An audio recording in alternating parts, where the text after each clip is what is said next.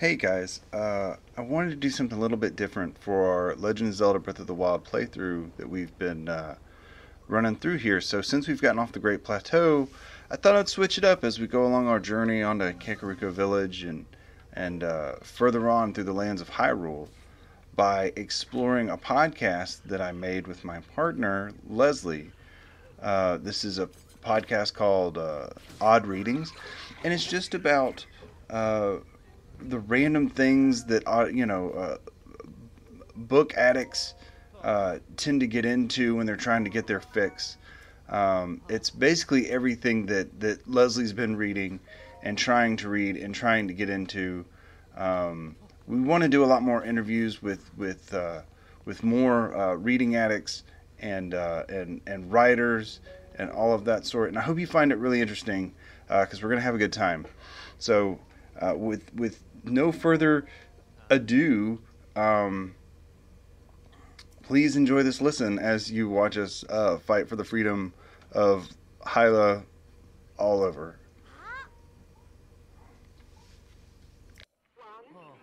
Have you nailed down our little hiccup yet? Sir? The odd reading? No, sir.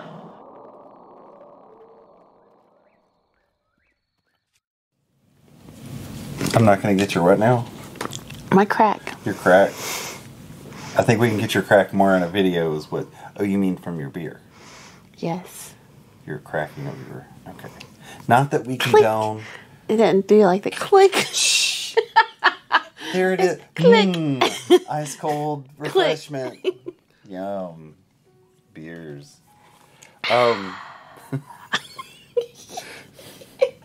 All right. Well, welcome to Odd Readings with your host, AJ Scott, joined here by the lovely Leslie Clark. Not that it matters that she's lovely just because she's a woman. She's well within her own right to do what she's a strong... I could be...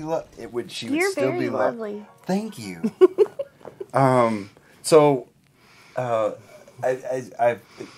Leslie, I've chosen you as my first guest on this fantastic show about the joys of reading, not only because of geography, due to the fact that, you're just mere inches away for a third of my life in the bed, but also because you are a self-proclaimed book addict.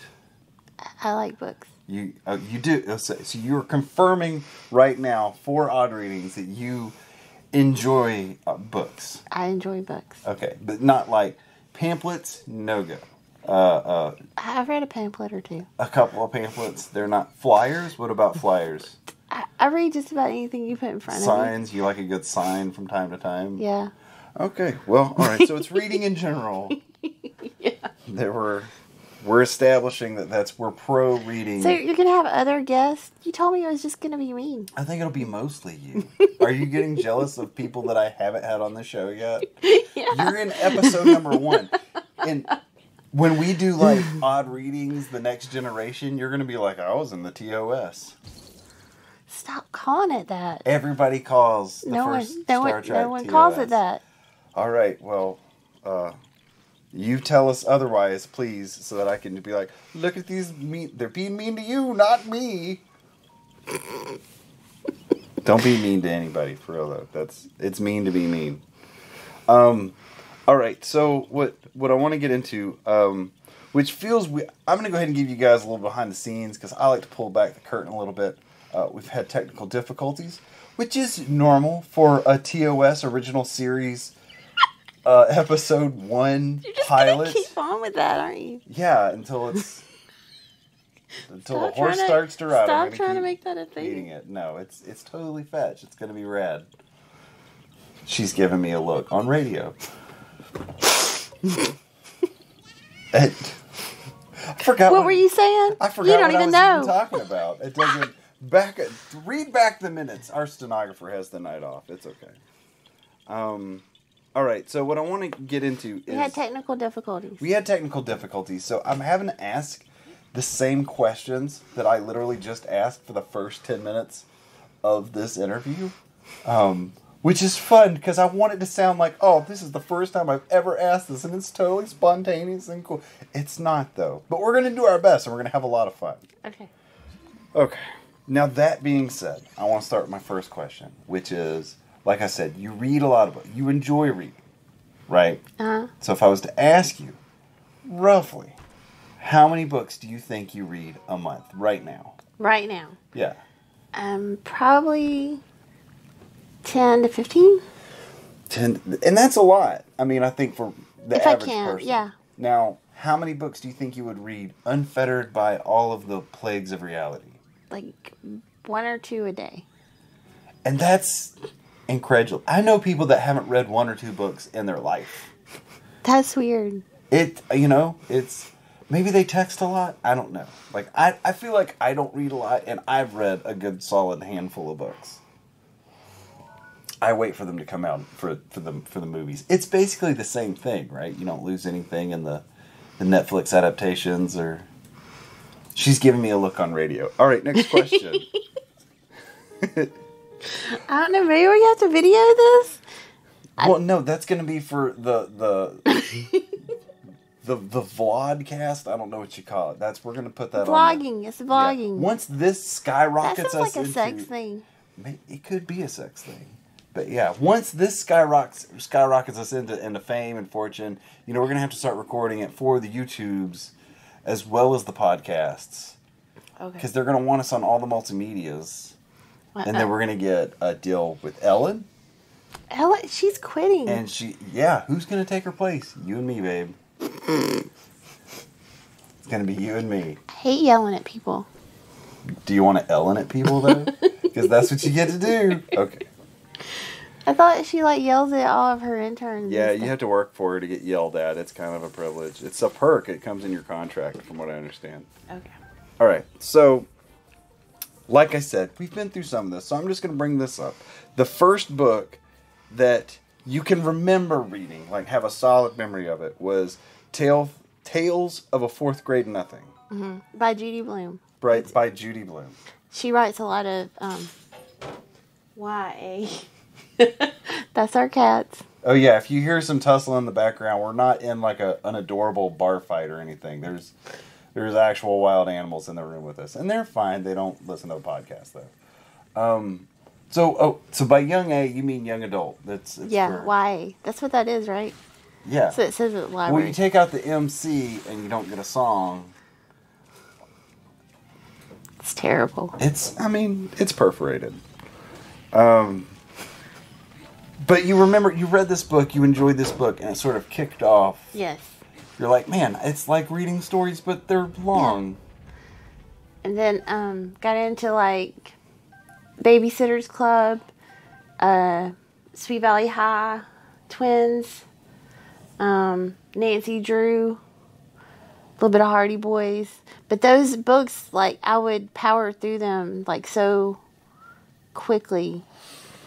So my mom was like, we've got to take you to get some real books. And she had books. I've read some weird books from the 1950s that my mom had. One was called The White Room. I wrote down who it was by. But how old were you when this started happening? Probably 6 or 7. Right after I learned how to read. Right. Yeah, it's by L.P. Davies. It was very weird. I've read a lot of Sidney Shelton because my mom had a bunch of that, which is romance, murder sort of books. Okay, yeah. Murder, romance. Murder, romance. That's how I would, yeah. That's what Sidney Shelton is always about, these super rich people that have to kill somebody and also have sex with them. But, in a certain order. Yeah, not always. Sounds like a must read. I don't know. I don't think they were necrophilia. But it was a lot of murder and private islands and things like that. Okay. And then my mom had a lot of Louis Gossard. Right. Which is the Southern comedy writer. He had Chili Dogs Always Bark at Night. He's a comedian. I don't remember doing stand-up, though. He did do stand-up when he did a thing on designing women, a Oh, he was a guest star? he played, I think, one of the girl's brother or something. And in that, he was a stand-up comedian. But I only remember him writing books. And my mom had a lot of his books. But this was like post kids book, but pre-library dive. And you were kind of reading what was available. Yeah. So you power through all your mom's library. And then she's like, oh, we got to take you to the well. And then you went to the well, which is, your local public library where you too can learn more. Yeah. And you did. And then the books I wanted to check out were not books my mom wanted people to know I was checking out. But did you check them out anyway? No, she took me to a used bookstore. And so you just bought them so that you could hide your shame of her shame. Her shame of her daughter reading too much. Not reading too much. Just reading inappropriate. What if the Inappropriate. neighbors found out she's reading this vile. Like Lolita. And, I don't know, Ian Fleming, from Russia with Love, James Bond. Sure. I don't, not appropriate things for a little girl to be reading. I mean, yeah, I guess for a little girl to be reading. I really like, Ian Fleming is just to me, he's because I've read a lot of the James Bond book, and he is such especially if you know what he looked like when he was writing those books, he is just a dorky, edgelord, well, if I was a 6'2" super secret agent with a pistol, this is what I would be doing, It was his ultimate fantasy, and he managed to make a living out of it, which is kind of awesome. It's something we all want to do, but... And at the same time, he was, objectively, in my opinion, a pretty solid writer. It was okay to read. Just the subject, the characters he made were very sexist and violent, and just the kind of thing that a 7-8-year-old girl needed to come up on, right? Yeah. Yeah. So that goes into a little bit of your book reading history, kind of where you started. And then I got into, I read Alice in Wonderland. I was really obsessed with that. I read Alice in Wonderland and Through the Looking Glass a lot of times. I really liked that book. And then I would read books about that book. But have you read the other books in that series? There was a series of books, right? Where I only know of the two, I believe. That was their... Now, Frank Oz that wrote... Not Oz, Frank... I was supposed to, Frank Oz, isn't that Yoda? Yeah. And Miss Piggy? That wrote The Wizard of Oz and all that. He wrote a series of books. Right, that may be what I'm thinking about. Yeah, it could be. I think there was only Alice in Wonderland and Through the Looking Glass for Lewis Carroll, I think. But, I'm no expert. Please leave an angry comment and maybe a racial slur if we're wrong. We're white if you want the racial slur to be accurate. But my mom had a couple of Stephen King's that I read. I really like Stephen King. He has terrible endings, but the books are good. Now, I have this theory about Stephen King that his endings, the meat of his books were good, but his endings were junk because he was writing them when he was drunk. And then he would sober up and be like, I gotta get this to the publisher, and then just make it end really quick. So the endings were kind of just like in a hungover haze. No, because I've read a lot of his recent stuff, and he's still not very good at it. You still feel like it's consistent? No, he's getting better. I feel like, what's his career been? 40 years? He's finally figuring it out or something? Yeah, just the thousands of made-for-TV movies. And... I read the last one I read was Revival. The ending to that was pretty good. Not great. Pretty solid ending. Not great. But it ended. It had a beginning, a middle, and end. It wasn't like freaking Under the Dome. Right. Where I was just... A lot of I feel like in the middle of his career, he tried to do a lot of these, almost M. Night Shyamalan endings of, what a twist. Oh, it was really this the whole time. Just... which was, I don't know, some people find it fun. But I feel like with him, he's kind of a writer's writer where he doesn't really have a story from beginning, middle, and end. He writes. He sits down and he writes. He gets people in a room, getting them talking, and he writes, and he writes, and he writes. And then he tries to get a story out of that. I've kind of found the same experience. Get the coughing out. I can edit it later. You need a drink of water. Quit making me laugh while I'm drinking. You good? I'm good. So I feel like the same thing can be said for Haruki Murakami. It's a Japanese writer that I had a friend of mine get me into. It's the same like his stories are, I feel like they're a little bit more concise than some of King's stuff. He's not as prolific as King, but he just writes and writes and writes and writes. And it's all fun to read, and it's fun to, but as far as there being a solid bell curve of, all right, here's the beginning as it reaches the climax, and here's the story, and then it starts descending, and then we have a conclusion. Yeah. It's just, here's a bunch of good, interesting writing, and it's written really well, and then, oh, we got to come to the end of the book, so it's ended. It's like whatever. Yeah, it's like whatever. So what about, so what book is not what? What is your favorite of all time? Oh my God, that's so hard. But it's Douglas Adams. Well, that's an author, not a book.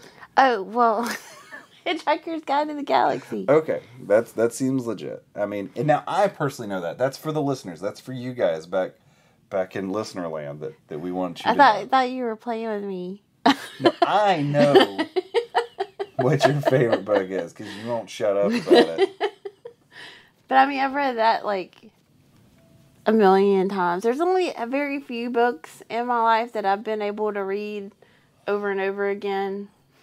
I can read Michael Crichton's Timeline over and over again. I like that book a lot. I Capture the Castle, which is an old book that my mom had in her collection, and I found out who it was by somewhere. In your list of things to...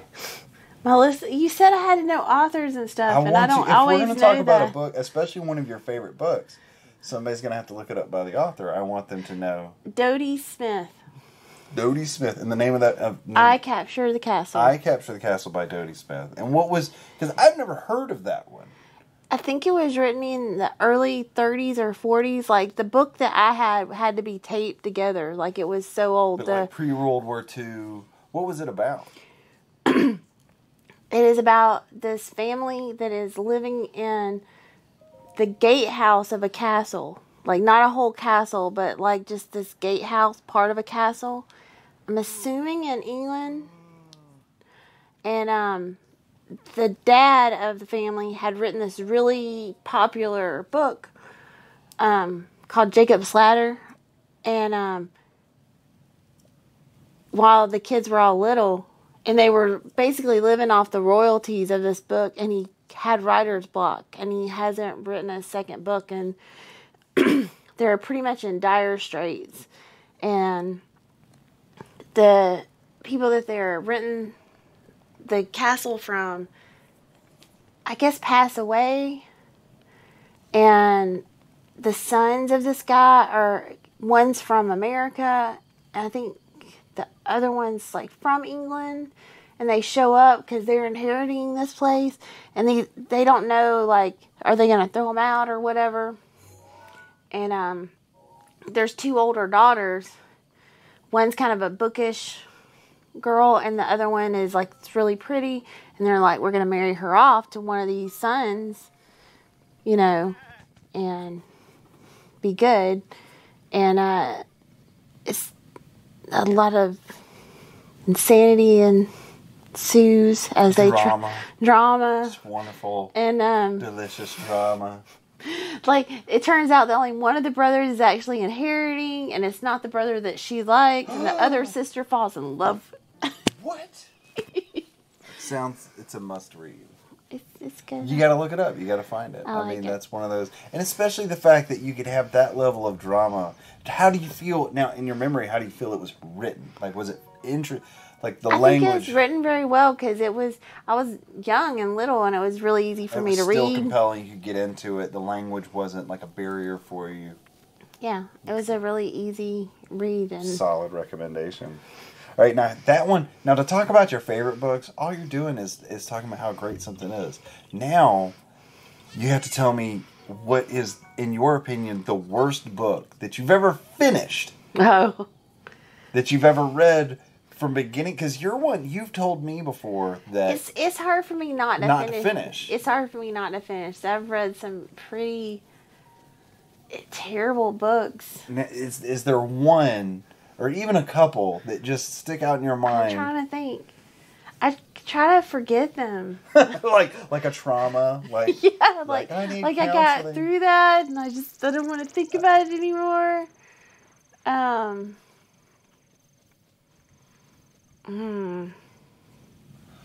feel like it would be something modern. Like, I don't think that because it was so much more work back then to get somebody published, but like somebody in the late 80s or the 90s, the book, I wrote a book, boom. Like, before you could self-publish or write a digital book, that 10 to 20 year window in the middle of there, like, that's when some real garbage got put out. I'm trying to think. You just hated them all equally. Everything that you didn't specifically mention before. I didn't. I can't think of anything really terrible. Like I said, I don't. I mean, the authors aren't going to listen to this podcast. Okay. So there was this weird book that my mom had in her collection called The White Room by L.P. Davies. And I really can't remember what it's about. I feel like this guy thought that he was crazy in it. And I think he got put into an insane asylum or something. I really didn't understand the book, which also could have been because I was 7 and it was a book for grown-ups. Right, which, yeah. But also, I just remember I was like, I hate this. But I had to finish reading it to find out, like, what happened to this dude. Does it make you wonder if you went back and read it now? We have it upstairs. I've been thinking about it, and I can't bring myself to do it because it was really torturous. Like, it was a real trauma in my life. But I've been thinking about that, like, maybe it's better now. And I mean, it could be. It's because books like anything else, like the things we eat or the music we listen to, our tastes change. It's possible, but it's actually up on our bookshelf. I didn't throw it away. Well, it's because it feels like sacrilege to throw Another away one is one that my mom had that I guess someone gave her that's supposed to, like, back in the 50s. They gave you this book and it's called For Girls Only. Am I allowed to know about what's in it, or are we breaking a rule right now? Maybe, but it's really just like these basically horrible rape stories that are supposed to, like, frighten girls of the 50s, I guess. Don't about go like into the city. Well, like, don't dress like that and don't. It was very just Cheryl, I can see your knees. stuff like that. The scandal. And then she got raped. Like, that's how it went. Look how she's dressed. She's basically asking for it. But it was very disturbing. I imagine a lot of the sensibilities of stuff, I mean, because everything is a reflection of the time it was written in and the sensibilities that existed in those times, with the exception of a small handful of very talented authors. Most people are going to write about what they see around them and the truths that they perceive. And so those truths are going to be indicative of the times that they're in. So if you have this real prudish culture, that's especially, and not even maybe the culture's not, but maybe that's what the people want to advertise, so that's what gets published. And there's authors like, I like their stories, but I don't like how they write. Oh, absolutely. Like, Game of Thrones is a big one. I enjoy the story, but how George R.R. Martin writes pisses me off. What about how he writes pisses you off?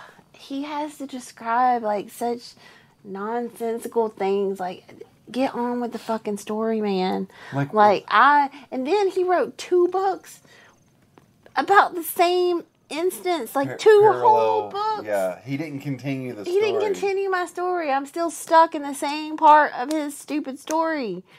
Needing to know what happens next. I do know that, when Jamie lost his hand, he got a fabulous gold or whatever emblem fake hand that was awesome. Described in detail, but didn't help me any. Helped me none. Well, I mean, as far as me getting further in. Well, HBO fixed that, right? I mean, clearly that's how Martin would I don't think so. Finished the No, you don't think? I don't think so. Oh, well, you know. Because, I don't know. Well, they left out a bunch of other characters that could have been really important to the overall Well, story. it could have been heirs to Daenerys' line. Oh, really?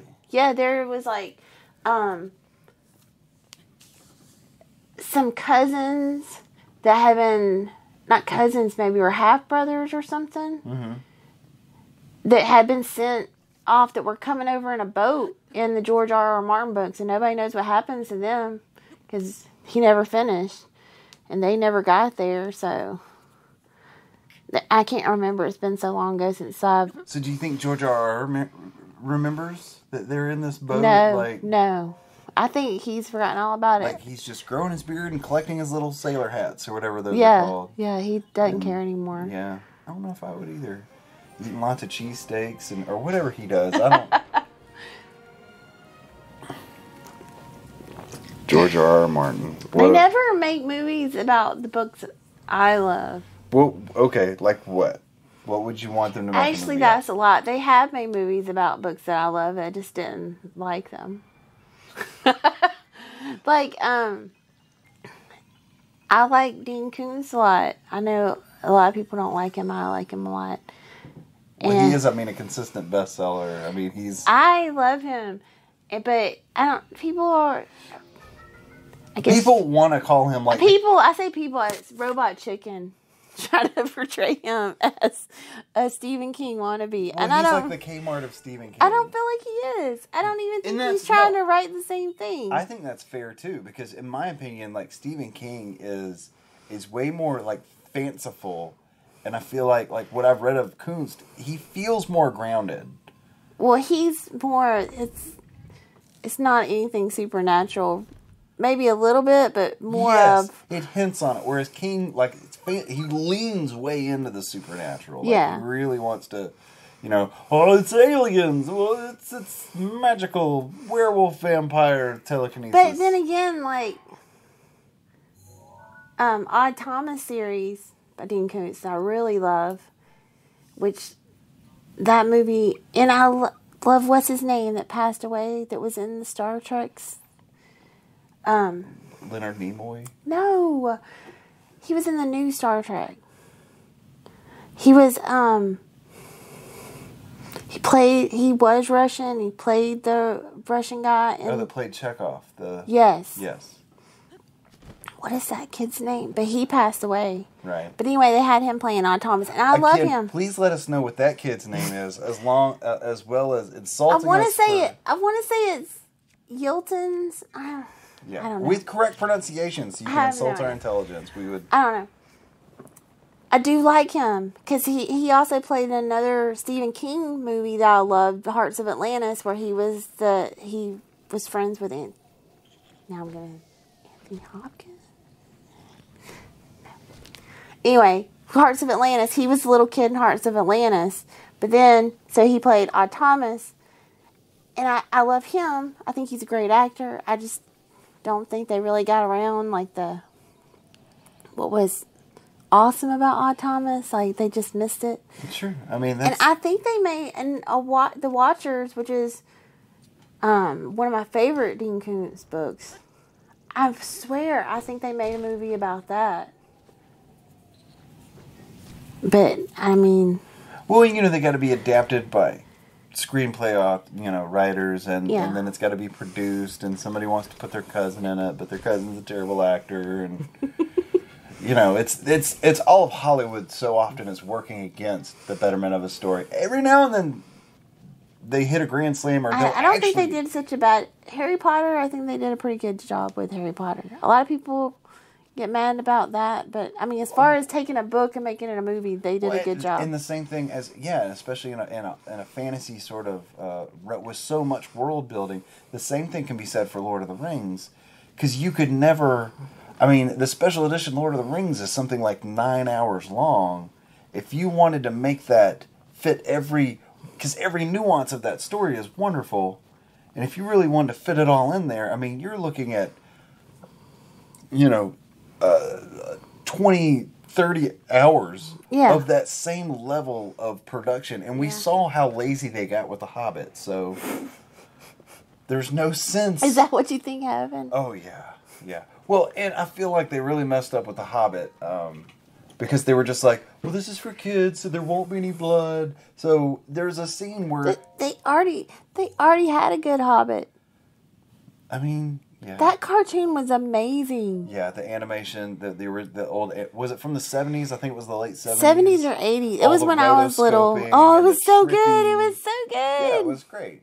But it was they had to tie it into the new Lord of the Rings, which was messed up because it wasn't written in that order, so that when you read The Hobbit, the ring wasn't evil, and then you find out it's evil when you read The Lord of the Rings as you got older. But because they made the movie The Lord of the Rings, and they established that the ring was evil, when they went back and made The Hobbit, it had to be evil then. And I feel like that whole dynamic really whiffed everything. Like, there's parts in the book where it's clear that Bilbo, he doesn't even know he's invisible, because nothing in his perception has changed. Whereas then later, the movie... Oh, they made that whole... The movie establishes that everything's all weird and underwater and swirly and like another dimension. Don't say it. I'm not going to say it. But, so there's always issues with adaptation. But that's not what this podcast is about. Oh. This podcast is about literature. Literature. So what I want to talk about... because of your reading addiction... I read a lot. You read a lot. And because you read a lot, you've read most of what all of us have heard of. Uh-huh. And then you got to start digging deeper. You got to find the things that nobody's read. You got to find the authors. Not necessarily. Well, but you're digging. You're finding. You're looking for things as opposed to, I could trip over a book I haven't read and been like, oh, neat. I'll put this on my shelf for a couple years. You're actively trying to find something to read. Uh-huh.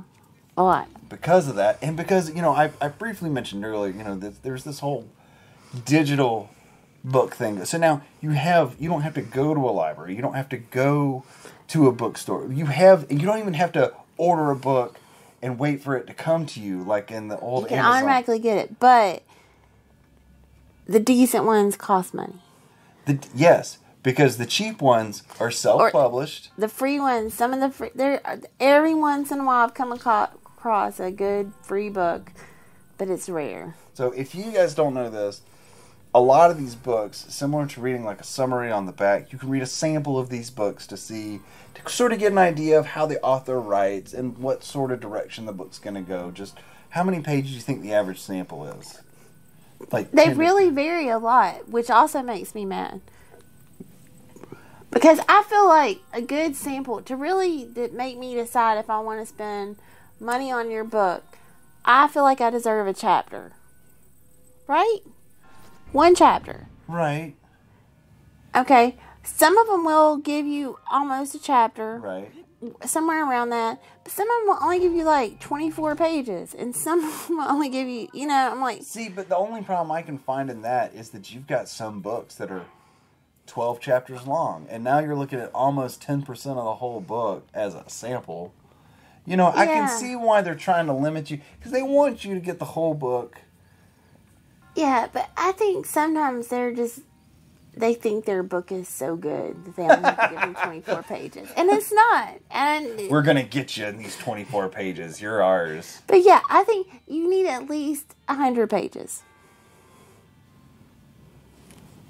Well, in my short experience in trying to write and do creative writing, especially novellic writing, most publishers will tell you, if you can't hook somebody in the first 10 pages, you don't have, which is what baffles me, because so many of these books get published and they don't hook you in the first 10 pages. It's like, you've tried to read Dune.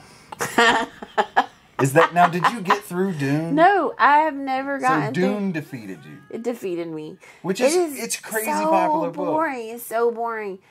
And I love the story. Like, I really want to know what happens. I cannot get myself... How deep was your sample in Dune?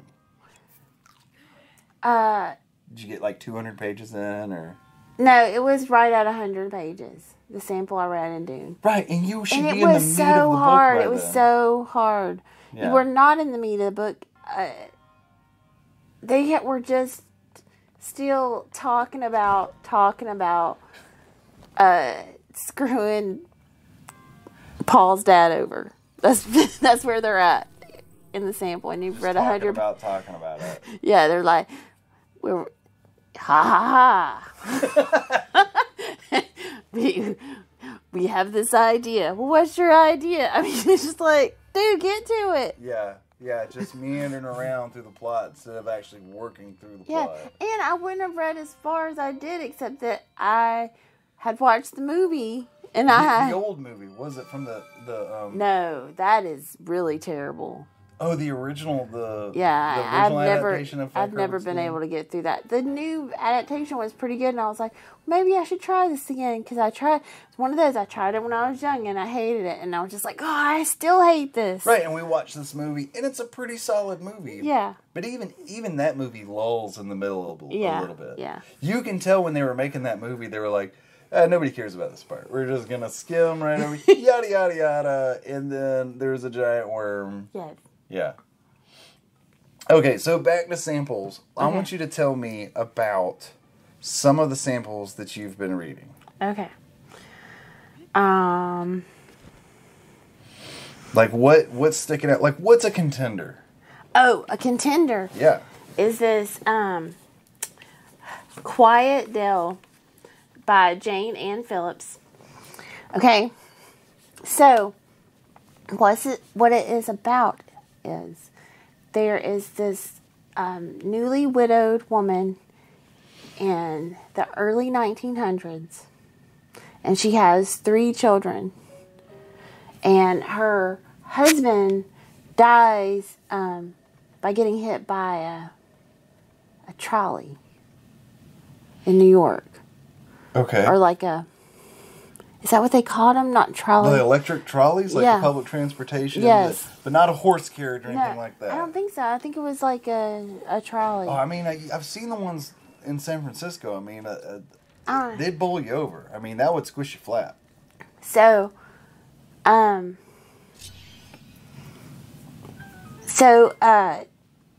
what happens is she has been writing letters with this guy that has told her that he's in love with her and he wants to come and take care of the children, and they've been writing back and forth, and then all of a sudden the whole family's murdered, the woman and the 3 children. And so this is actually a true story. Oh, wow. And one of the rare, there's a female reporter. And I said this is New York, but now that I'm thinking, I think it's Chicago. But there's a female reporter actually on one of the newspapers, and she is just enthralled with this and wants to know what's going on. And this book is written from stuff that she gathered from letters and court transcripts and things like that. And so I read the sample, and the sample is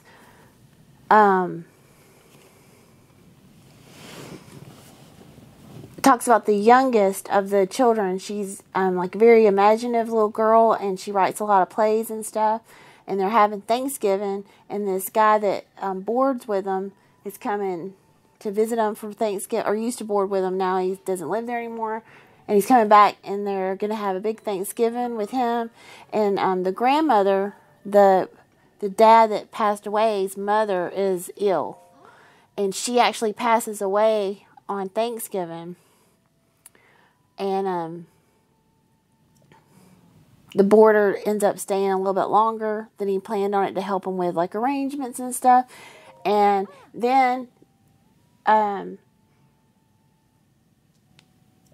it skips to that Christmas, and he's come back, and so he's decided that he's in love with the widow and that he wants to marry her and he's going to ask her to marry her at this Christmas dinner.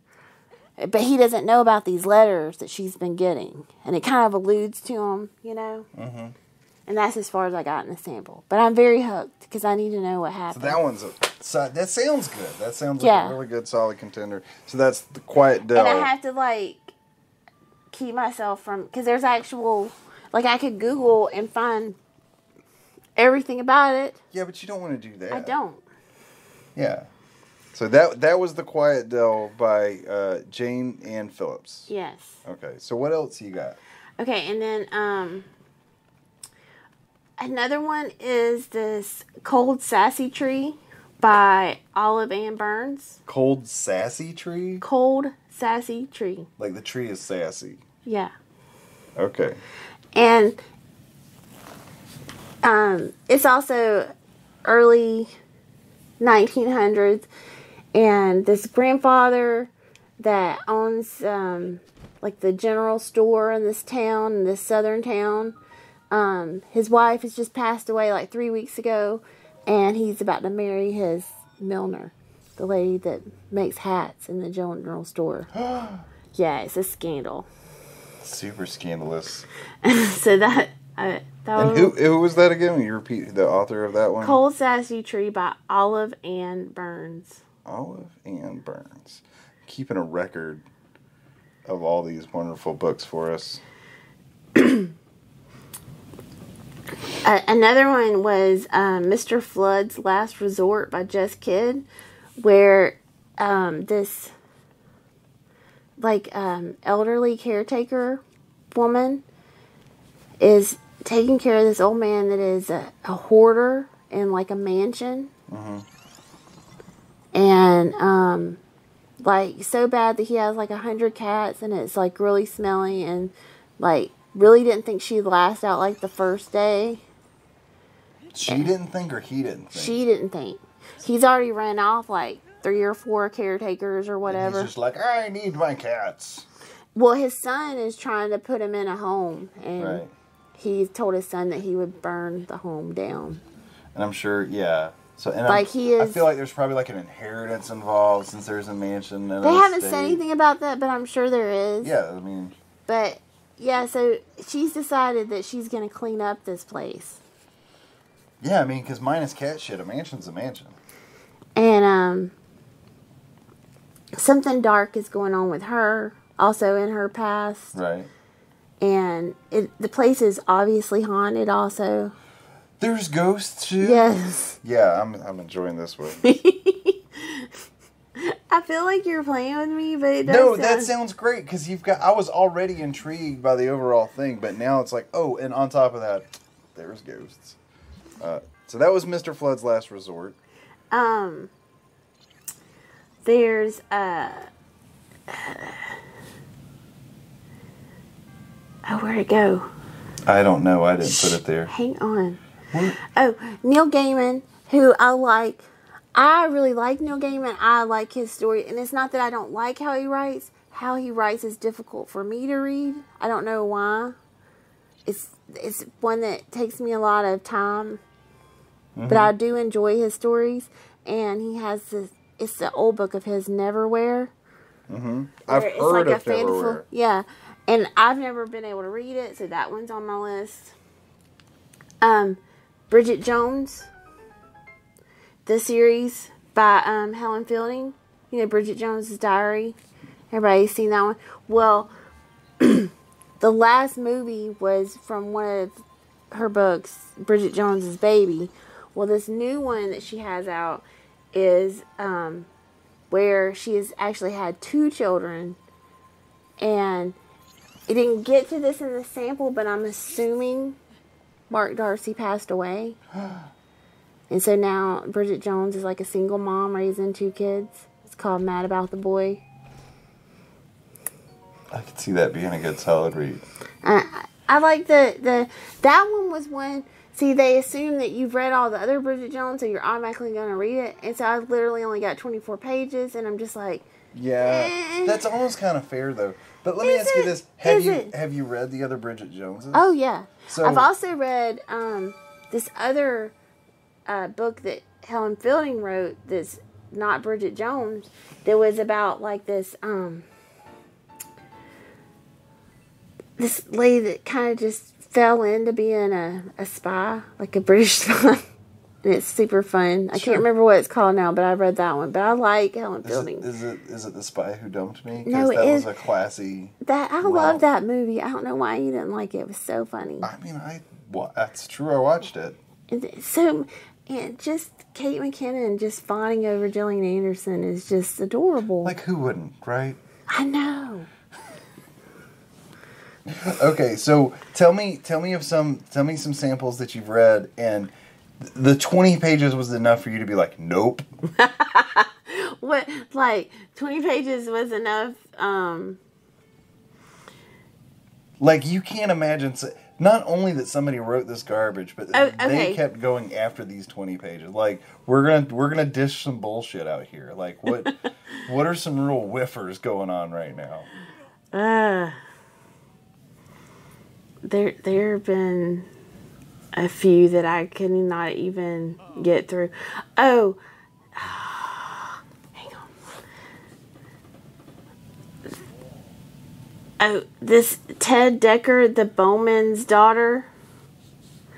Like, I didn't even get through 2 pages. Like, too much military jargon. Like, nope, not for me. Like, So maybe good for a dad or something that's really obsessed with military culture. I can't even imagine. Like, you would have to be in the military, and I don't see them being big readers. Okay, well, let me ask you this, though, because as the only thing that comes off the top of my head to compare that to, have you ever read any Tom Clancy? I do. I like Tom Clancy. So you don't mind a dash of... No, this was just too much. It was just like throwing all this jargon at me. You almost needed to be in the military to even understand what's going on in the first 2 pages. But just to even understand it. Yeah, that's rough. Yeah, I didn't enjoy that at all. There's John Grisham, the Rooster Bar. It's about like this shady law school. John Grisham, so yeah. Right? But still, like, I like The Rainmaker. I like Runaway Jury. I liked a lot of John Grisham's. And my mom loves John Grisham. But this one felt more like a whiff, or... It just didn't... Like, I see where he's going with it. Like, yeah, this law school shady, but... It's called, like, Foggy Bottom. Like, isn't that your own fault for going to law school there?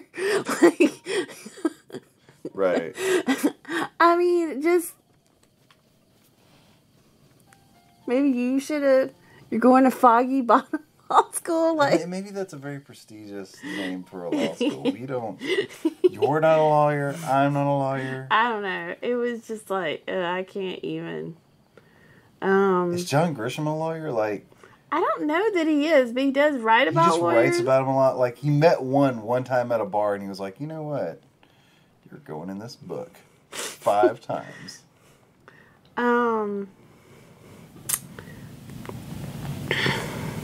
I've been reading a lot of biographies. Like, I love biographies. You know, I love biographies. Yeah, absolutely. And what do you think makes a better biography, the subject or the author?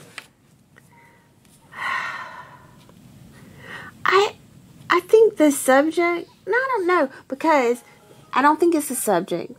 I think it's the author. Because I just read a sample. Like, there's no way I'm actually reading this book. Because for a digital book, they want $57.99. Wow. For a digital copy of this book. But it's the lyrics, 1956 to the present. Paul McCartney, like, goes through all of his songs and tells what they're about. Which sounds great. It really does. It does sound great. I don't know if it sounds like $60 for a digital copy worth of great. That's crazy. Like, no way. I don't care that much. I will listen to Paul McCartney and make my own assumptions. And you would think he would still be buying cocaine off of the Wings money. But no, he's like, I've got to get the... So, I read the sample, though, because, I mean, that's free. Yeah. But it is very rambly. And it kind of feels like there's no way he remembers all this shit. You think some of this is just like acid flashbacks of half dream? Yeah, half, like what he... Somebody told him. His sister was like, no, this one time, you go up there and... I mean, I don't know. It felt very, like, not authentic. Did it seem pandering? Like he almost wrote it as, oh, this is what people would expect. No, I didn't feel like that. No? I didn't feel like that. I just felt like it was just... It's just him talking. Mm-hmm. I think he talked with it because I think they did on one of the streaming channels like a couple of episodes where, and I did watch that where he's just talking with this guy, and I think it's the same guy where he's just talking about his songs and stuff. But that's all it is. It's not. I don't know. Well, I mean, I don't feel like he had enough for a book. Right.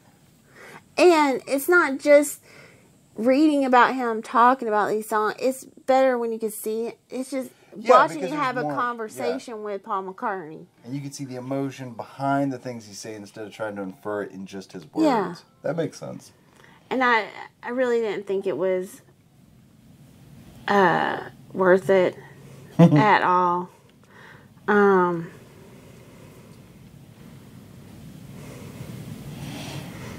I'm trying to think of some other ones that I was just like, there wasn't any that I totally hated. Andrew McCarthy, do you know who he is? No, why don't you tell me? He's from Pretty in Pink and Weekend at Bernie's. Okay. And like an actor, or was that the makeup artist? Okay. No, he's an actor. I gotcha. He was one of the guys that carried around Bernie. Oh, okay. He's been out. He was in the 80s. He was part of the Brat Pack. Oh, right. Okay. And I like Andrew McCarthy. He's like one of my favorite Brat Packers. Yeah. And so he wrote a biography or autobiography. Was it about him? It is about him. It's called Brat. So it's like talking about making movies and that time of his life and stuff. Mm-hmm. And God, it was just so, like, they were partying all the time. How can you write a boring book about that? Yeah. But it is boring. Oh, he managed to do it, huh? He did. Wow. And I love him. I was really disappointed about that. I'm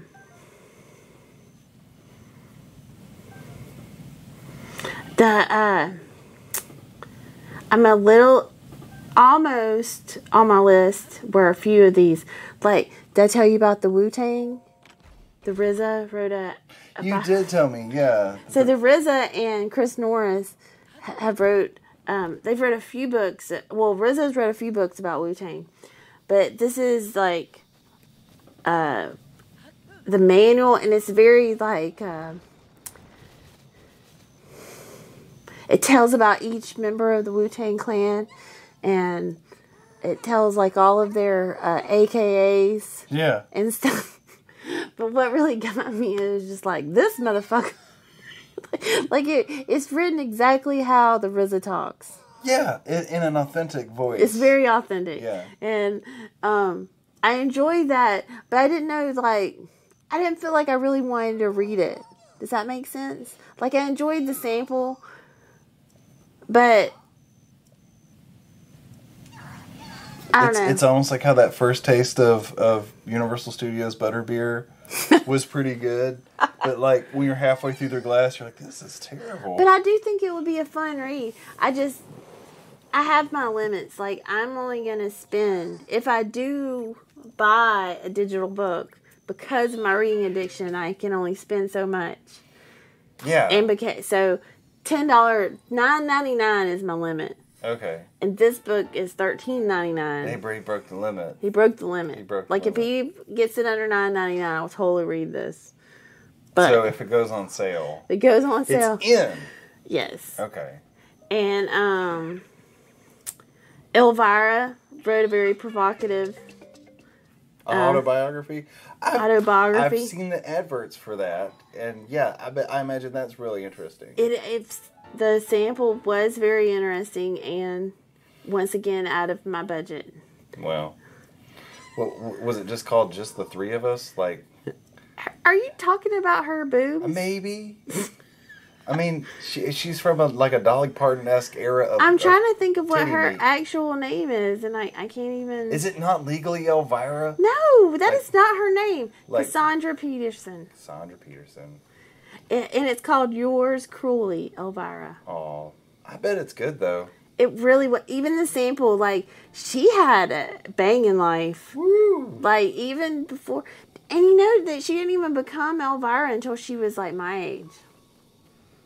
Which we won't disclose. But, yeah, that's... So, she didn't start doing it, like, in her early... Because I know No, and that's a lie. It wasn't my age. I'm thinking my age when I had Jack. When you had your second child.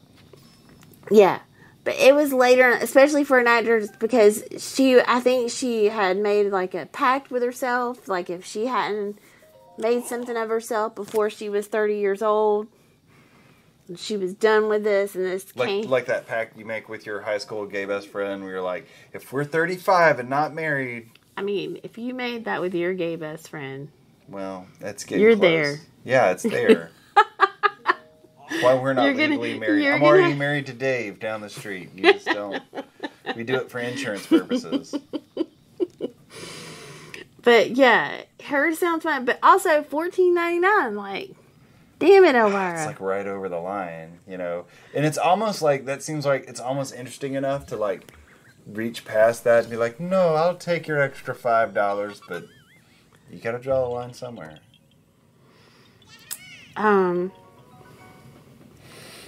I think you got time for one more. One more? What's one more sample that you Oh, Haley Mills. Haley Mills. Haley Mills, who was in the original Disney Parent Trap. She was in like a million Disney movies. Right.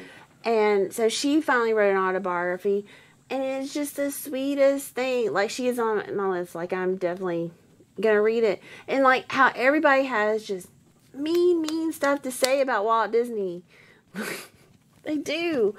She has nothing but nice things to say about Walt Disney. Wow. And it's just really it was refreshing. And she's just the sweetest thing. And I want to read her autobiography. Well, it is nice to have a dose I mean, of she was positivity. Pollyanna. And I mean, Pollyanna is like, you know, you could just be happy.